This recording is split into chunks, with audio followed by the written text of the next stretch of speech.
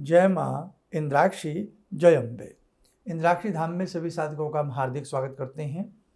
आइए आज हम बात कर रहे हैं दान की महिमा की, और आप जो जप करते हैं, तप करते हैं, दान करते हैं, उसका कितना बड़ा प्रभाव आपके ग्रहों के ऊपर पड़ता है, और ग्रहों के साथ साथ जीवन के ऊपर पड़ता है, और जीवन के साथ साथ जीवन जीना आसान हो जाता है। बहुत सारी चर्चा इस अंक में। आइए पहले आज का हम पंचांग देखें। 3 मई सन 2026, दिन रविवार, संवत 2083, ज्येष्ठ मास, कृष्ण पक्ष, तिथि वाव द्वितीया, नक्षत्र विशाखा, राहु काल 4:30 से 6, दिशा सूर्य पश्चिम दिशा।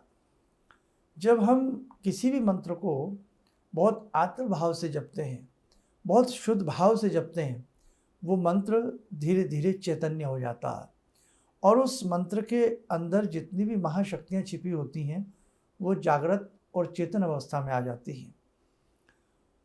और उसी के साथ साथ उस मंत्र से संबंधित जो उस मंत्र के देव और देवी होते हैं, कई बार अनेकों साधकों के अनेकों अनुभव हैं, वो प्रत्यक्ष तक हो जाते हैं।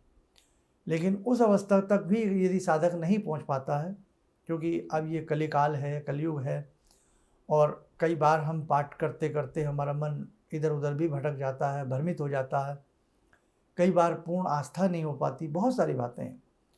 लेकिन यदि जैसे कुएं की मुडेर से पानी खींचा जाए तो कुएं की मुडेर पर रस्सी का निशान बन जाता है। एक बड़े से खेत के बीच में एक विशेष स्थान पर ही यदि गुजरा जाए तो वहाँ पर भी एक पगडंडी बन जाती है। उसी प्रकार से जब आप एक विशेष भाव से किसी मंत्र को जपते हैं ना, तो जपते जपते जपते जपते जपते जपते जपते जपते आपका कल्याण होने लगता है। जपते जपते आपके अनिष्ट ग्रह शुभ फल प्रदान करने लगते हैं। जप की महिमा अपरंपार है। और हम ध्यान रखें कि एक तो होता है अजप अजप, जिसे हम चलते फिरते उठते बैठते किसी भी समय जप सकते हैं। उसका भी हमने अनुभव ये किया है, उसका भी तभी लाभ होता है जब आप अपनी एक बार बैठक लगा करके, एक बार एकांत रूम में बैठ करके आप अच्छे से जप करते हैं, तब आपके उस मंत्र का, अजप अजप मंत्र का लाभ होता है। क्योंकि देखो भाई, इतने समय समय पर हमारे ऋषि मुनि हुए हैं, उन्होंने इतनी बड़ी बड़ी तप तितिक्षाएँ की हैं, और एकाग्र होकर के कहीं गुफाओं में, कंदराओं में दीमक जम जाया करती थी शरीर के ऊपर, इतना वो तप किया करते थे। तो तप बहुत ज़रूरी है, जप बहुत ज़रूरी है, और अजप अजप की श्रेणी उसके बाद आती है। लेकिन जो कुछ भी न कर पाते हों, उनके लिए तो अजप अजप भी सोने पर सुहागे वाली बात होती है।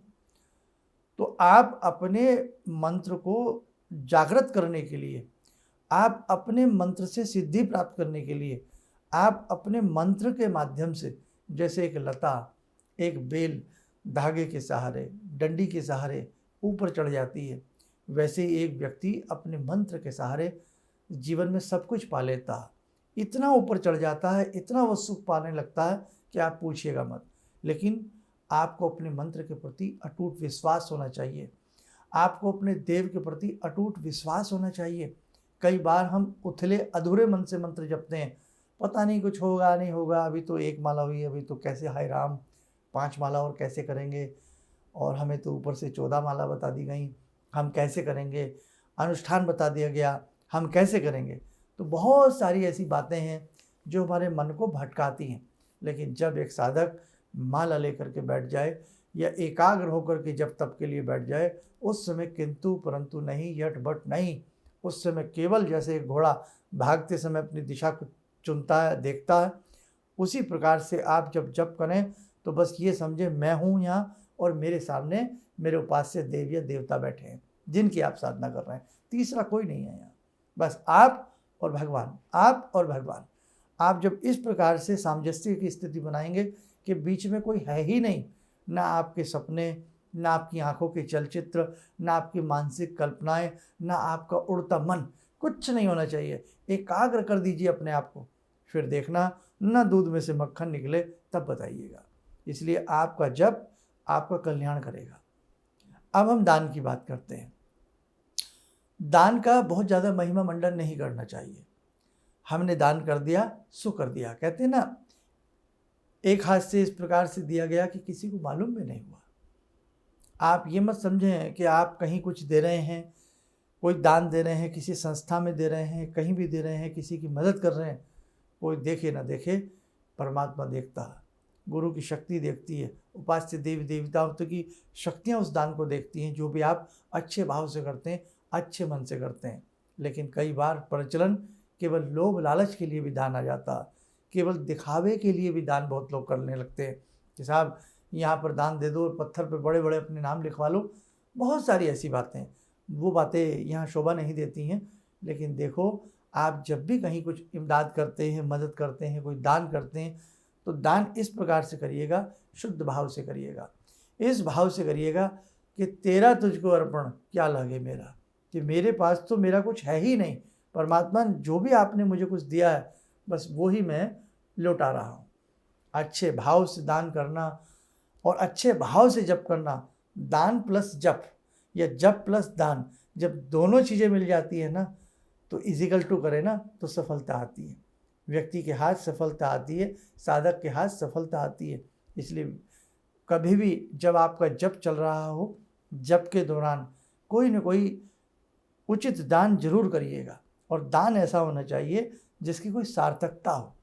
अब ये नहीं कि साहब आपने पानी में जाकर के किसी ने कहा कच्चे कोयले डाल दो, क्या फ़ायदा उस बात का।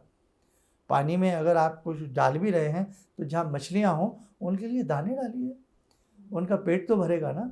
आप कहीं चींटियों के लिए कोई अन्न डालिए, उनका पेट तो भरेगा ना। आप कहीं प्यास बुझाइए, आप कहीं अच्छे वृक्ष लगाइए, आप कहीं अच्छा कार्य कीजिएगा। दान ये नहीं कि जिसका कोई महत्व ही ना हो, कि पता ही ना लगे कि इसका अर्थ क्या है और उसके मायने क्या है, कि साहब आप जाइए ऐसे फेंक आइए, क्या फेंक आइए, क्यों फेंक आइए। इसलिए दान करिएगा बड़ा सोच समझ करके, और उचित दान करिएगा जिससे किसी का कार्य सिद्ध होता हो, किसी के काम वो आपका दान आता हो। आप एक स्थिति वो भी होती है जहाँ दान पर दान बहुत आता है, वहाँ किसी बात की कमी नहीं है, तो उससे बेहतर है आप किसी गरीब कन्या का सहयोग करिए, किसी गरीब परिवार का सहयोग करिए। आप किसी निवस्त्र को वस्त्र दीजिए, जिसके पैर में जूता चप्पल नहीं है उसको आप जूता चप्पल दीजिए। आप यत्र तत्र देख रहे हैं आज गाय माता की क्या स्थिति है, उनके लिए ठंडे जल की व्यवस्था कीजिए। कभी कभी गर्मियों में छबील लगाइए, ठंडे जल की व्यवस्था करिए। पक्षियों के लिए ठंडे कहीं ना कहीं मिट्टी के पात्र रखिए, जंगल में रखिए, छत पर रखिए, कहीं भी रखिए, उनके लिए ठंडा जल भर के रखिए। आपकी व्यवस्था ऐसी होनी चाहिए कि जो कहीं ना कहीं प्रकृति को वो भावे, कहीं ना कहीं आपके अंतरात्मा को भी वो लुभावे। तो दान हमेशा जब भी करें बहुत अच्छे से करें, और दान निश्चित तौर से कल्याण करता है। एक छोटी सी घटना ज़रूर सुनाऊंगा, आपकी सुनी हुई है लेकिन ज़रूर सुनिएगा। कोई सेठ जी थे, उनका प्रतिदिन का कर्म था कि वो किसी न किसी को बुला करके भोजन कराया करते थे, और भोजन के उपरांत फिर वो व्यक्ति उनको दूध नहाओ पूतो फलो अनेक आशीर्वाद दे करके चला जाता था, और सेठ जी इसमें प्रसन्न हो जाते थे। तो एक दिन कोई भोजन के लिए नहीं कोई मिला, अपने नौकर को दौड़ाया कि लाओ भाई कहीं से भी ढूंढ के लाओ। नौकर गया, खैर वहाँ एक ऐसे सन्यासी टाइप मिले, लंबी सी उनकी दाढ़ी और अच्छी खासी 70-80 साल की एज उनकी, विवव्रत। बोले काका दादा घर चलो, भोजन करोगे? बोले हाँ करेंगे, लेकिन हमारी शर्त है कि हम भोजन अपनी इच्छा से करते हैं, जो हमें पसंद होता है वो हम बनवाते हैं। बोले कोई नहीं, आप चलिए, हमारे सेठ जी बहुत बड़े आदमी हैं, आप चिंता मत करिए। अब वो आए, अपनी फरमाइश बताई गई कि ये मुझे खाना है, वही भोजन में बन करके तैयार हो गया। मैं आपको बड़ा फास्टली समझा रहा हूँ ये। तो वो भोजन बन करके तैयार हुआ। अब जो वो सन्यासी थे उन्होंने वो भोजन करना प्रारंभ किया, जो साधु थे, गिराई तोड़ी और मुंह की तरफ बढ़ाई। सेठ जी ने हाथ पकड़ लिया। बोले भैया मेरा हाथ क्यों पकड़ा?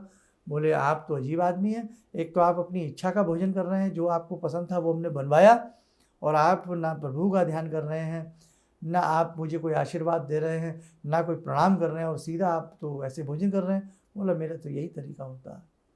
बीच में ही भोजन छोड़ा और वो चले गए। रात्रि में सेठ जी को भगवान ने दर्शन दिए और बोले आज तो तुमने अनर्थ कर दिया। बोले क्या अनर्थ कर दिया प्रभु? बोले एक व्यक्ति भोजन करने तुम्हारे पास आया और वो भोजन कर रहा है और तुमने उसका हाथ पकड़ लिया, वो भूखा उठ करके चला गया। बोले प्रभु मैं क्या करता, उसने तो एक बार भी मुझे कोई आशीर्वाद नहीं दिया, कोई भलाइयाँ नहीं दी कि आप दूधो नहाओ पूतो फलो, कुछ भी नहीं उसने मुझसे कहा, और इसलिए मेरा मन नहीं हुआ कि मैं उसको भोजन कराऊँ। बोले ये गलत बात है। बोले देखो तुम्हें एक दिन किसी ने ये नहीं कहा कि आप दूधो नहाओ पूतो फलो, तुम्हें एक दिन किसी ने तुम्हारी प्रशंसा नहीं की, तो केवल मात्र उस दिन की वजह से तुमने उसे भोजन नहीं कराया। भगवान ने कहा कि मेरा हृदय देखो, उसने विगत 70 सालों में, उसकी उम्र 70 साल थी, उसने कभी 70 साल में मेरा नाम नहीं लिया, 70 साल में कभी उसने मेरे को प्रणाम नहीं किया, ना ही कोई उसने ऐसी पूजा अर्चना की, लेकिन मैं 70 साल से उसके भोजन का इंतजाम कर रहा हूँ। तो भगवान का हृदय देखो। इसलिए कभी भी कोई दान करो, कोई ऐसी बात करो, तो उसमें कहीं ना कहीं हमारा लोभ लालच नहीं होना चाहिए। बस निष्भाव से, निष्काम भाव से आप अपना दान पुण्य करिएगा, आपकी भक्ति में रंग लग जाएगा, आपकी भक्ति में 4 चांद लग जाएंगे। इसलिए ध्यान रखना, अपने गुरु का ध्यान करके और जिस देवी देवता की आप पूजा कर रहे हैं, एकाग्रता से उनका ध्यान करके आप अपने मंत्र में तन्मय हो जाएं, आप अपने मंत्र में खो जाएं, और उसी के बीच बीच में जो भी आपसे सार्थकता के साथ कोई दान पुण्य बन पड़े, अच्छा दान पुण्य बन पड़े, यानी कि किसी के काम आए, जैसे पीछे समझाएंगे सारी बातें, आप करिए। आपके नवग्रह आपसे प्रसन्न हो जाएंगे, कोई भी कुटिल ग्रह की दृष्टि आपकी तरफ घूम नहीं पाएगी, क्योंकि जगत जाति जगननी जगदम्बा के श्री चरणों में सूर्य, चांद, सितारे, नवग्रह हाजिरी भरते हैं। इसलिए ध्यान रखना, भगवान शिव ने मस्तक के ऊपर चंद्रमा धारण किया हुआ है, श्री हरि की उंगली में चक्र चल रहा है, भगवती ने अपने आयुधों से भगवती सुसज्जित हैं। इसलिए जब आप महासमुंदर में डुबकी लगा रहे हैं ना, तो छोटे छोटे तालाबों से मत डरना, छोटे छोटे कोई ग्रहों की बातों से, इन बातों से कदापि मत डरना, बस कल्याण हो जाएगा। इसलिए जो साधक सुंदरता के साथ, आज का पाठ यही है, जो साधक सुंदरता से अपनी मंत्र शक्ति को ध्या करके जपता है, अपने गुरु पर विश्वास करता है, अपने मंत्र पर विश्वास करता है, अपने इष्ट पर विश्वास करता है और कल्याणकारी दान पुण्य करता है, वो कभी टोटे में नहीं रहता, वो कभी नुकसान में नहीं रहता। हाँ, आज प्रारब्ध की हलचलें आपको तंग कर सकती हैं, लेकिन आने वाला समय आपकी मुट्ठी में होगा, आने वाली सफलताएं आपके मन को प्रसन्न कर देंगी। तो इसी रास्ते पर सुंदर तरीके से बढ़ते रहना। ये जो संस्थान की तरफ से 14 माला की बात आपसे कही गई है, इसे बहुत सुंदर तरीके से करना। एक व्यक्ति से ना हो, परिवार के 4 व्यक्ति मिल बांट करके करना। माला नहीं आती तो टाइमली 10-10, 5-5 मिनट भी करना, आपकी साधना पूर्ण हो जाएगी। और जो साधक बिल्कुल नहीं कर पा रहे हैं, वो पंचाक्षरी मंत्र या चलते फिरते ही मंत्र करना, लेकिन करना ज़रूर। और फिर 15 तारीख को हम सब लोग मिलते हैं। 15 जून को सोमवती अमावस्या है, इसलिए नए साधक सुन लें। सोमवती अमावस्या में इंद्राक्षी धाम में एक बहुत बड़ा आयोजन है। भगवती गायत्री के 1008 नामों से उनका पूजन अर्चन है। यदि आप भी उस साधना में वहाँ आकर के भाग लेना चाहते हैं, अपने कष्टों का निवारण करना चाहते हैं, अपने प्रारब्ध में जो भी कुछ बुरे कर्म हैं उनको धोना चाहते हैं, भगवती गायत्री का शुभ आशीष प्राप्त करना चाहते हैं, पुण्य कमाना चाहते हैं, तो आपका हम सहर्ष स्वागत करते हैं। उसके लिए आप हमारे संस्थान में नाम नंबर लिखवा दीजिएगा। आइए, समय हो चला आज की ध्यान साधना का। जुड़ते हैं जगत जननी भगवती जगदम्बा से।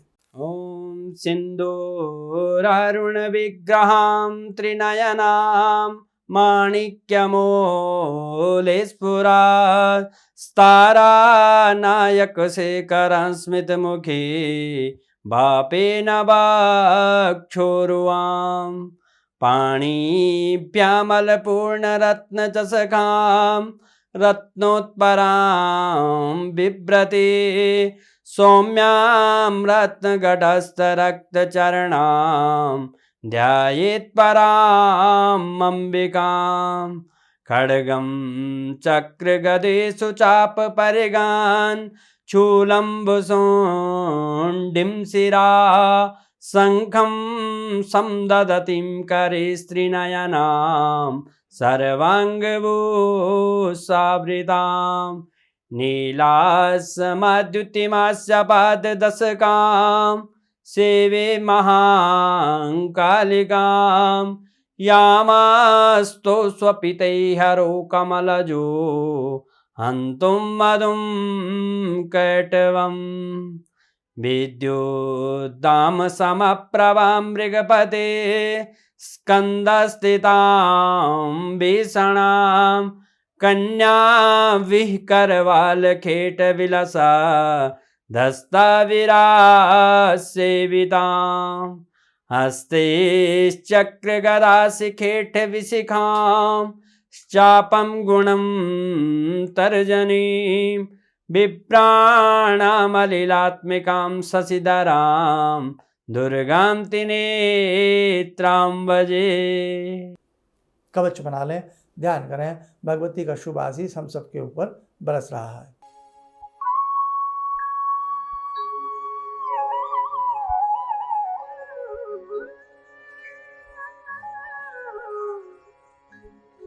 ओम बोलते हुए नेत्र खोलें, सामान्य हो जाए। और एक संदेश और, 10 मई की अष्टमी है, दिन रविवार है। उस दिन इंद्राक्षी धाम में भगवती जगत जननी के आप दर्शन कर सकते हैं। वहाँ कुछ प्रवचन भी रहेगा और साथ ही उसमें कुछ ऐसी बातें भी होती हैं जो आपके साधना मार्ग को बढ़ावा देती हैं, साधना में आ रही रुकावटों को भी वो दूर करती हैं और जीवन के अनेकों संकटों को वो दूर करती हैं। उसमें इंद्राक्षी कवच का विशेष पाठ भी किया जाएगा। तो जो भी साधक 10 मई में भी यदि आना चाहते हैं तो वो भी अपना नाम नंबर लिखवा सकते हैं। चलिए, आप सब लोग स्वस्थ रहें, सुखी रहें। इन्हीं शुभकामनाओं के साथ हम अपनी वाणी को विराम देते हैं। जय जय अम्बे। ऑर्डर्स मेरे पास लगभग ना के बराबर थे। मेरी फैक्ट्री लग रहा था कि शायद मुझे बंद करनी पड़ेगी, कोई दूसरा बिजनेस करना पड़ेगा।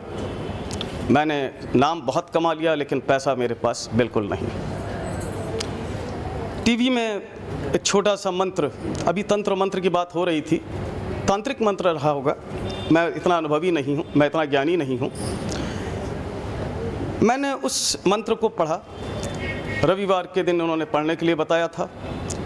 मैंने मंत्र पढ़ा, भंवर वीर भंवर वीर तू चेला मेरा, खोल दुकान कहा कर मेरा। मैंने उन दानों को बिखेरा और आप यकीन नहीं मानेंगे, मैंने दोपहर के समय में ही मेरे पास फ़ोन आने लगे, ऑर्डर्स। आज की तारीख में मैं इतना परेशान हूँ, इतने ऑर्डर्स हैं मेरे पास, लेकिन आज भी मैं परेशान हूँ क्योंकि मैं उन ऑर्डर्स को एग्जीक्यूट नहीं कर सकता। अभी भी मुझे आपकी ही शरण चाहिए। ऑर्डर्स मेरे पास बहुत हैं।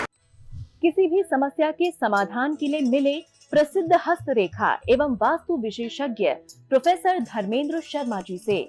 नोट: शिविर में भाग लेने हेतु एवं व्यक्तिगत रूप से मिलने के लिए कॉल करने का समय सुबह 10 बजे से शाम 6 बजे तक।